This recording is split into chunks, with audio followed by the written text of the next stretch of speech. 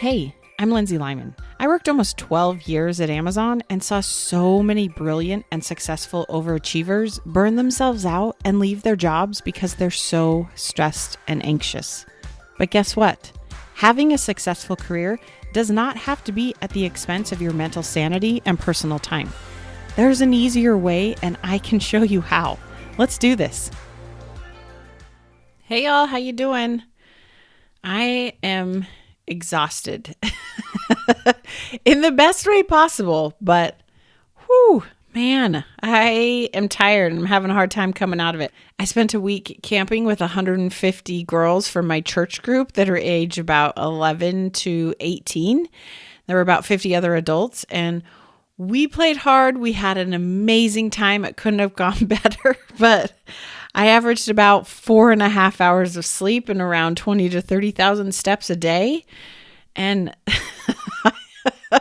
I just don't bounce back like I used to. I forget that I'm not a kid anymore because, let's be honest, I still feel like one in my heart.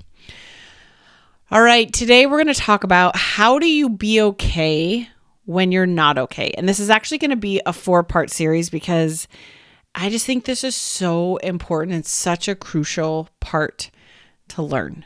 So often it's very common in our vernacular in the United States when we run into people and say, "Oh, how are you?" Our typical response is, "I'm fine." The truth is, not a single person is fine.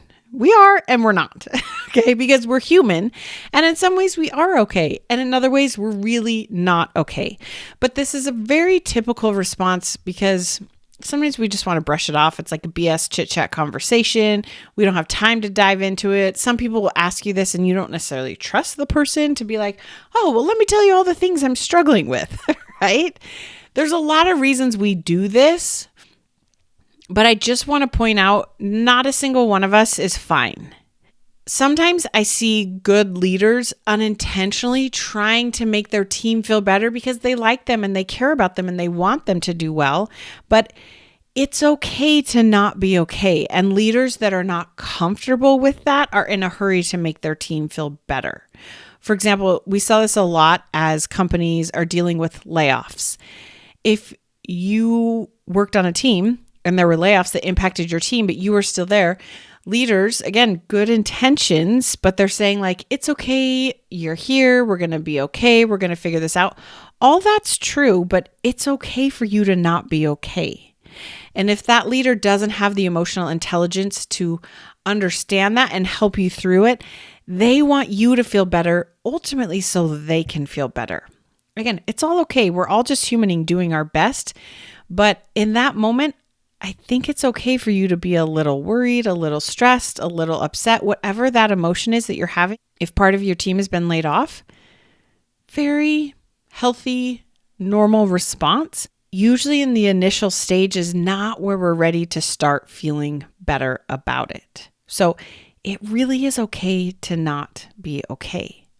And in fact, it's not healthy emotionally to just be good and happy all the time. I'm sure you know those people that seem like everything's great and wonderful. And I'm always like, I want to sit down and really get to know them because I know they're not okay in some aspects. And if I'm being honest, there's probably an element of me that just wants to know what's the hard thing so that I can feel better about myself.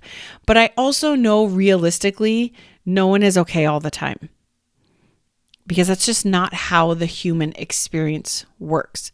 We're not meant to feel good about layoffs, about projects getting defunded that you've been working your tail off on. We don't want to feel good when leaders take credit for our work. We don't want to be happy and excited and like everything's okay when we have a terrible manager, when you don't get the promotion you deserve, when you don't get the job you really wanted, when you dread going to work, when you're bored. These things are okay. Let's stop trying to feel good about it. Instead, let's learn, how do you be okay while you're struggling? Because struggle and the hard part is what makes us humans. Because if we don't know how to be okay as we're struggling, what happens is we tend to go to extremes and we totally shut down, or we become a jerk and act in a way and do things that are not who we really are, or we just don't do anything. Now, there's a time and a place to shut down and rest and not do anything and have hard conversations. But if you don't know how to be okay while you're struggling, those extreme shut down, be a jerk, do nothing options are the only thing you know how to do. That's not a healthy, sustainable way to keep going in a way that you are okay through the ups and downs. Because this is a really important thing to learn, because daily, okay, every single day, there will be moments within that day where it's hard. Again, this is what we call a human experience. We want the highs and the lows, but if the highs and the lows are swinging too far either way, then it's much more challenging for us to come back to this center, grounded, balanced, healthy place in the middle. So we want to swing. We want the highs and we want the lows. We just don't want the pendulum to swing extremely far on either side, because that makes the swing back to center very challenging. Okay.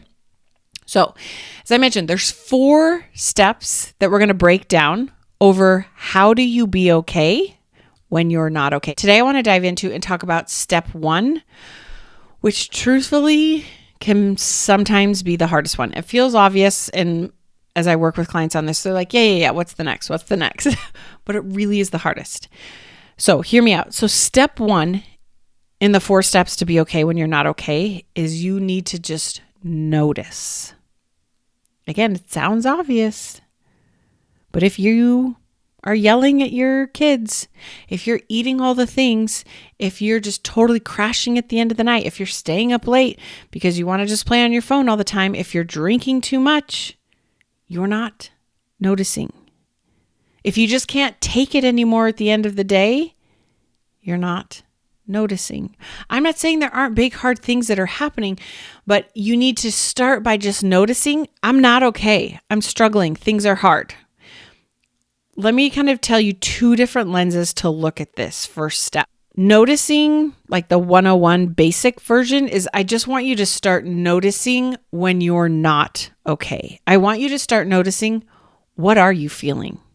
Where do you physically feel it in your body? What does it feel like? And then you need to sit in it. You need to breathe. You need to relax and just sit with it. Most of the time, if you ask someone, how are you feeling? And you can tell they're not okay, or you ask this of yourself, quite often the response you get is a thought. Well, I'm just feeling like I have so much to do. I can't get ahead. I don't know what to do. I'm dreading my job. I'm so bored. I'm so worried I'm going to get fired.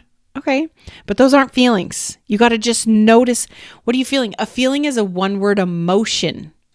It's I'm feeling tired, overwhelmed, exhausted, hopeful, burned out, resentful, excited, curious, whatever the emotion is. It's not a thought, it's a feeling. You got to notice, what are you feeling? It's fascinating to me how many people I work with that are just so stressed and burned out. I'm like, okay, what does stress feel like to you? And they have no clue. If you're physically feeling stress, you know right where it is. For me, stress is in my neck, it's in my shoulders, it's in my jaw, it's in my forehead. Stress sits a lot more on my chest. Overwhelm is more in my face, but they do feel very similar, those 2 emotions to me. You got to know, where are you holding the tension in your body? Where are your muscles tightening? Where is your body telling you this is not okay and tightening and shrinking and getting ready to protect you? You got to notice that you're not okay. You got to notice where in your body you don't feel good. For a lot of us, it's in between like our stomach and our head. Where are you holding the stress? So you want to just notice it. You want to breathe, you want to relax, you want to practice relaxing that stress wherever you're holding it, and you want to give it a name, okay? So that's kind of like notice 101. If you're wanting to get better at this step, I would start there. Once you've gotten better at that, now we want to take this very first step of being okay when you're not okay to the next level. So now we've noticed that we're not feeling okay and where we're feeling it and what it feels like. Next level is to start noticing what I would call your tells. In the game of poker, they call it your tell. This is where maybe your pupils dilate or your body twitches in a certain way. There's different tells that people have that you can tell when someone's lying. And as you get to know someone, we understand each other's tells very well. It's sometimes hard to notice for yourself. But next level notice is to start to become aware of your own tells. You can ask friends or family or coworkers or people you trust to help call you out on what are your tells. Sometimes you start to talk really fast or you start to yell.